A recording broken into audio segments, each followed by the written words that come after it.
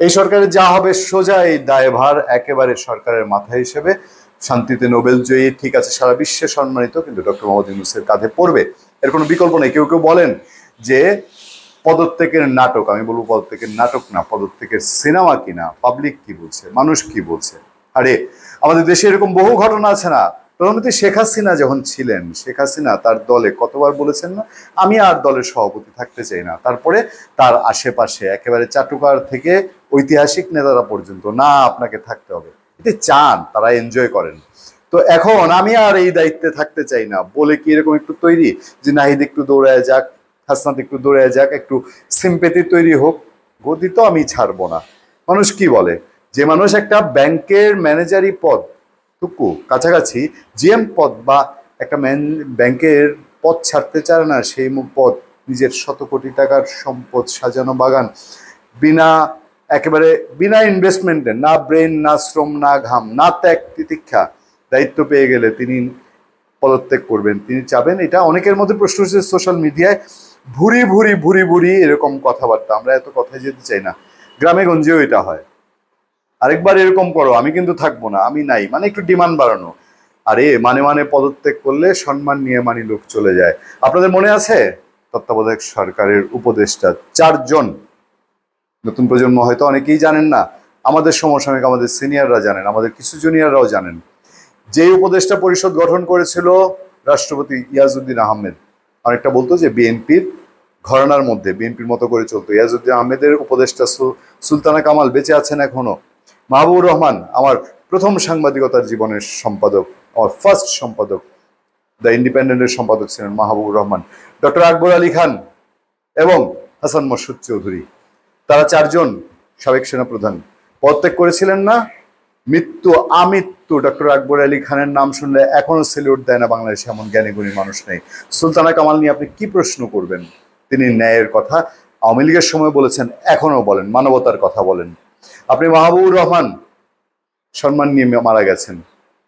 হাসান মাসুদ চৌধুরী আজকে পর্যন্ত কোনো পত্রপত্রিকায় বাজে রিপোর্ট দেখেছেন? মান সম্মান নিয়ে তারা সরে পড়েছিলেন যে নতনা জানু সরকারে থাকবেন না, মান বেড়েছিল না। আর আপনি যখন ঢং করবেন, আপনি যখন বলবেন না আমি কিন্তু চলে যাব, আমার থাকতে পারবো না, ঠিক আছে একটু চেয়ার মোস্তালেন, মান কতটা বাড়বে? বাংলাদেশের মানুষ এগুলো বুঝে। আমি যেটা বলছি দেখেন, আকবরী এখন তিনি নিজের মুখে কিছু বলছেন না, বলছেন ফয়েজ আহমেদ তৈয়াব প্রধান উপদেষ্টা, বিশেষ সহকারী প্রধান উপদেষ্টা পদত্যাগ করবেন না। অধ্যাপক ডক্টর মোহাম্মদ ইউনূসের ক্ষমতার প্রয়োজন নেই, কিন্তু বাংলাদেশের জন্য, বাংলাদেশের শান্তিপূর্ণ ডেমোক্রেসি ট্রানজিশনের জন্য ডক্টর ইউনূস স্যারের দরকার আছে। ডেমোক্রেসির জন্য যারা জীবন দিয়েছে, বিএনপি ত্যাগ দিয়েছে 16 বছর, জামাতে ইসলামী, অথবা যদি বলেন বাংলাদেশের মানুষ, জনগণ, আর এখন ত্যাগ দিচ্ছে নিষিদ্ধ ঘোষিত এক পার্টি, তারা কেউ তো বলে না যে ওনাকেই ডেমোক্রেসি আমাদের উদ্ধার করে দিতে হবে। আর 9 মাসের ডেমোক্রেসির উনি কি উদ্ধার করেছিলেন, এই প্রশ্ন রয়ে গেছে না? তাই কেউ কেউ টিপ্পনী কেটে লিখছেন, পোস্ট দিচ্ছেন কি, তাহাকে চিনিতে হইলে পুনঃ জন্ম হইতে হইবে, ফ্যাক্ট বেইলিরদের সান্ধ্য ড্রামা। এর মধ্যে আপনার হাসনাত আব্দুল্লাহ সাহেব নানান কিছু বলছেন, ছুটে গেলেন নাহিদ এবং হাসনাত যমুনায়। কেন ওনারা কেন যাবেন? Who is that? তারা কারা? বাংলাদেশে একটা সরকার, সেই সরকারকে বোঝানোর জন্য ওনারা কারা? উপদেষ্টা পরিষদ আছেন না? উপদেষ্টা পরিষদ আছেন, বাংলাদেশের সর্বশক্তিমান সেনাবাহিনী আছে, বাংলাদেশের পলিটিক্যাল পার্টিজ আছে, তারা কেউ তো যান নাই যমুনায়। তাহলে নাহিদ, হাসনাত, মাহফুজ তারা যাচ্ছেন, ক্লিয়ার না মেসেজ? যে কারা চাচ্ছে যে এই সরকার এভাবেই থেকে এই দেশটাকে চালাক। কেন বলা হয়েছে যে তোমরা আর মুভ করবা না? পেটে লাথি পড়েছে যে মুভ করবা না বলার পরে তাদের মাথায় হাড়ি ভেঙে পড়েছে। আরে এই যদি না থাকে, এই সরকার এই ফর্মে না থাকে কি হবে?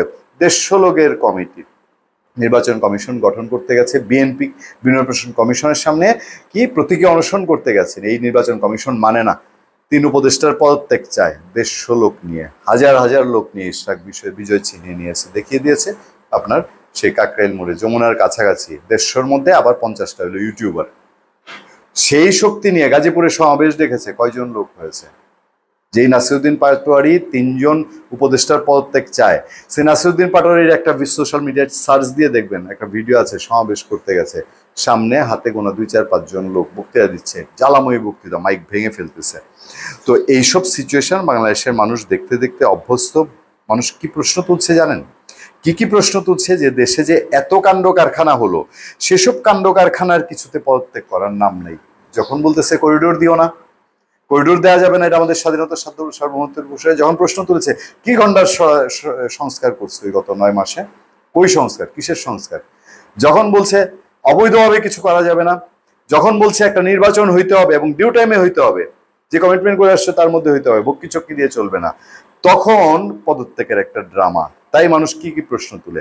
দেখেন, শিক্ষকদের গণহারে অপদস্থ করা হলো, হ্যাঁ, পদত্যাগের দরকার নাই। মব ভায়োলেন্স করে বিচারক বিচারালয় দখল করা হলো, দরকার নেই পদত্যাগের। শিল্প কারখানা বন্ধ হয়ে যাচ্ছে, সারা ওয়ার্ল্ড বলছে, দেখছে, দরকার নেই পদত্যাগের। মুক্তিযুদ্ধের যত চিহ্ন আছে, নাটোরে মনে আছে আপনাদের কি করেছে, সব চিহ্ন মুছিয়েছে, পদত্যাগের দরকার নেই। জাতীয় সঙ্গীত নিয়ে স্লোগান দিচ্ছে, জাতীয় সঙ্গীত গাওয়া যাবে না, তা নিয়ে পদত্যাগের দরকার নেই। সচিবালয়ে কত কত ঘটনা ঘটছে, দুর্নীতি, ওখানে কিলবিল করে এখনো। যদি বলেন আগের সরকারের মতো, তো আগের সরকারের মতো, পদত্যাগ করা লাগবে না, এসবের দায়িত্ব নেওয়ার কোনো দরকার নেই।